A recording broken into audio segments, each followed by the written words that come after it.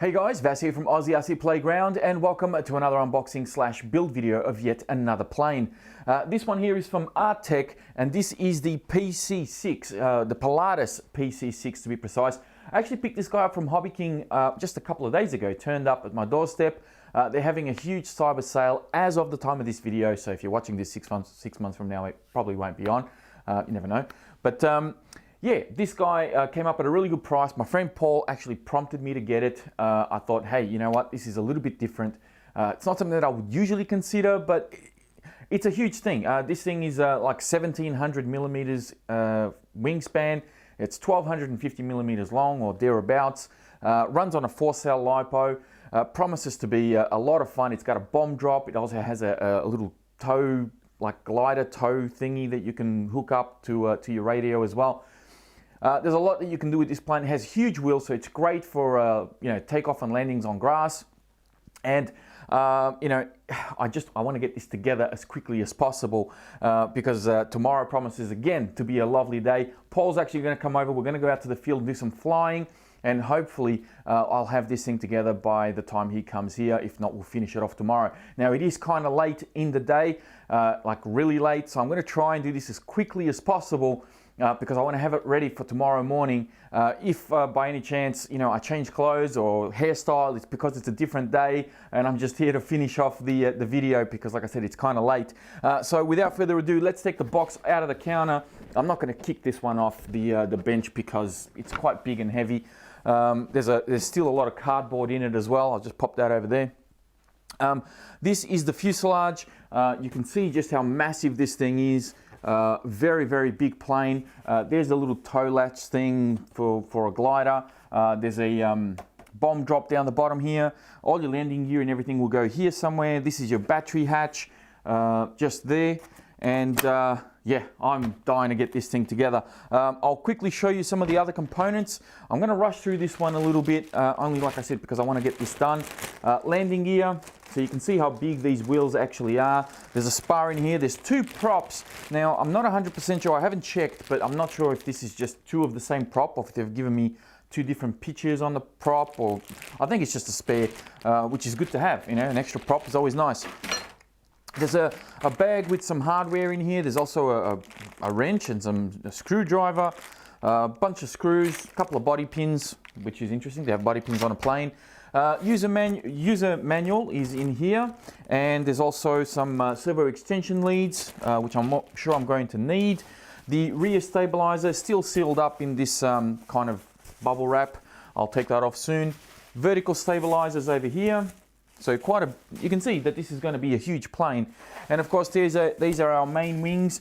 Now this does have flaps already pre-installed. The servos are already pre-installed. I'll see if I can open this one up actually and take it out of here so you guys can see it, because you're not going to see much through the bubble wrap. Let's get rid of that. Here we go. There's the wing. Now I'll show you up close. It already has these little protective covers over the clevises here and your servo horns. So yeah, all I got to do is plug this guy in, obviously with some the servo extension leads that came with the plane, and I should be right to go. It looks like it's got LED lights already on there. I was wondering why this wire went all the way out, but there's some LEDs already pre-installed in there as well. So this has actually got lights, which is great. I didn't actually know that it had lights, so bonus. And that's it. Right, I'm going to get to work. I'm going to start putting this guy together. If I come across anything that's a little bit tricky or a little bit abnormal, or if there's any tips that I can share when putting this guy together, I'll come back and do that. If not, well, you probably only see this when it's finished. Alrighty, let's get going. Alright guys, just like that, we are done. This was pretty much a straight run from start to finish. It's taken me about an hour and a half to get everything done. Putting the plane together wasn't really all that hard. Where it really ate up some of my time is all the fiddly bits. Putting all the little screws and just getting all the little details done. Obviously sorting out my control surfaces, making sure that everything was plugged in correctly and working correctly, and that they were all fairly level. I haven't dialed in any expo or any endpoints as yet. It's just plugged in. So I'll be doing that tomorrow, obviously, when I'm out in the field and just tuning it up, making sure that everything's okay. But aside from that, I know that all my surfaces are moving in the right direction. I've got everything connected the way that I wanted. and that's good enough for me, at least for the time being, because as I said, it is very late tonight. It's almost 2 a.m., believe it or not, and I got to get up pretty early to try and get out to the flying field and take this guy to the skies. Now, as far as tricky things, there really weren't a lot. The only thing I can say is that the instruction manual is a little bit blasé about certain details. It would have been nice to have a bit more of a blown up picture of certain things, just so you know how things go. Just a little bit more information would have been helpful as well. So for me, I wouldn't recommend this for a first aircraft. I mean, it is absolutely huge. It's probably a bit intimidating for a first plane. But if you are confident that you can take this on as your first aircraft and you want to try and build it, you've never built anything before, yeah, I probably wouldn't recommend it, purely because the instruction manual is yeah, it's a bit brief, let's put it that way. Of course, this is not my first rodeo. I've had several planes in the past, so it's all very familiar to me. I just started using a bit of common sense, and yeah, I got around it. Couple of things to note: there's not a lot of room in here for you to put your hands and do your connections and everything else. And I also found the ESC lead to be slightly short, so I actually put an extension lead on it, just so that if I need to remove the wing or anything, I've actually got a bit of slack and I don't yank on the receiver or unplug something accidentally. Used a couple of zip ties to make sure everything was tied in together, make sure that nothing unplugs, and I was good to go. So even though this plane is absolutely huge, there's not a lot of room in here. I can barely fit my hand in there, and I don't have small hands. So yeah, this is it's a little bit tight. The battery tray is also a little bit snug. I'll show you that in a minute. But I do want to show you a couple of things. Obviously my control surfaces are all working. I do have flaps operational here as well. They're currently on a dial on my remote. I may switch that out to a kind of a 2 or 3 stage switch, depending on how I go. I might leave it as it is, I don't know. A couple of other things that I forgot to mention initially is that there is a hatch on the back here. This is at the top of the plane.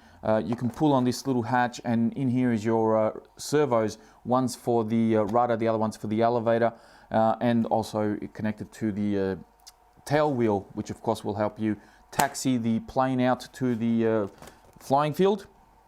So that's cool to have that there. Whilst I've got the plane like this, I'm going to try and spin it around and not hit anything, because this thing is absolutely massive. We've got our bomb drop over here, and I'm going to try and open this guy up. There we go. Opens up just like that. It is spring loaded. It works on a servo. There's just a little servo back here that's just got a servo horn plugged into it, and then you turn the servo a particular way, it kind of locks everything into place. I'm going to see if I can put it back without dropping the plane. There we go. All right, now it's buzzing. There we go. All right, good. So that's the bomb drop. You can put whatever it is you want to put in there, paratroopers or candy for your kids or something like that. Have a bit of fun with the plane. Now I'm going to try and flip this around without again hitting anything, because this thing is huge. I mean, I'm going to put the wing on the ground here, and that's the wing on the ground, so you can see just how big this thing is. Flipping it around once again, we've got the battery tray over here, or battery box. A couple of little plastic clips here. You pinch those together. This guy just pops out, and over here there's a little bit of foam, a little piece of foam. I'll actually bring this up a bit closer to the camera so you can see. So there's a little piece of foam in here. You can pull this guy out, and it looks like this. I wasn't quite sure what this guy was for until I saw the instructions, and even then, again, the instructions are a little bit lacking in information. I kind of had to piece it together, but we will work it out.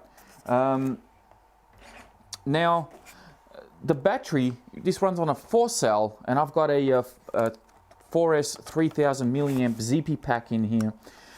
Originally, I thought the battery would just sit in the front of the nose here, but it actually slides into a slot that's allocated specifically for these types of batteries.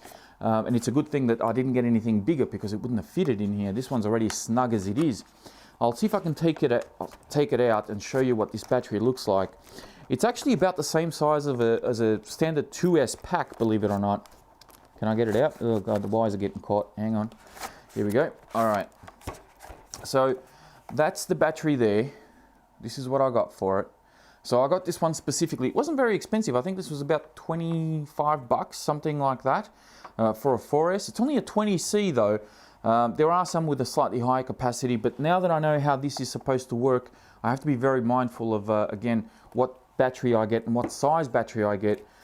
So that slides into the center of the fuse. If I can get it to go back in, goes in there like that. This guy wedges in front of the battery, so he kind of has this little like angled piece. This needs to face downwards, so that kind of slides in there. If I can get the balance lead out of the way just quickly. So that slides in front of the battery and it just sits in there like so. And then the actual door, the battery door, has got this little guy sticking out over here, and this will actually wedge itself in front of the little foam block and lock everything into place. There's a little tongue that you've got to slide in on the front, and it goes in like that, and that's it. You don't need Velcro, you don't need straps or anything like that to hold the battery in place. Oh man, this thing is heavy. Okay, so let me see. This is so awkward because the plane is so big. Let me see if I can put it down. I haven't got the little glider tow hook thing connected because I've only got a 6-channel receiver in here, and I'm actually using all the channels because one of them you need to be able to use your LEDs. So if I really wanted to use the tow hook, I can unplug the LEDs, for example, and connect up the tow hook to the other channel that I have. I think that's it. I think I'm done. You do have to glue your rear wing your rear vertical and horizontal stabilizers need to be glued on. Everything else is bolt-on, just little screws here and there. As I said, it was pretty much a straight run from the moment I started all the way till finish. The thing that took the longest was just getting everything plugged in and getting all the wires sorted out. That's really what took the longest. But I think I'm done. Like I said, it's really late. It's almost 2 a.m. And I've got to get up early to go and take this guy for a maiden. So I'm going to go get some sleep. Hopefully I'll take this guy up tomorrow, land it safely, and give you guys some flight footage, because I'm pretty sure you'll be able to see this thing from a mile away given its size. So I will take it pretty high. Alright guys, that is it for me. Thank you all very much for watching. If you enjoyed this video, please be sure to give it a thumbs up. Don't forget to check out the video description for more information on the plane. I'll have a link in there to the Hobby King website where you can get one of these if you want one. Excuse me. I'll also have a link in there to my Facebook page rather. And of course, if you have any questions or comments, leave them in the comment section down below and I'll try and answer them as best as I can. That is it from me. I'm going to go get some sleep and I'll speak to you guys next time.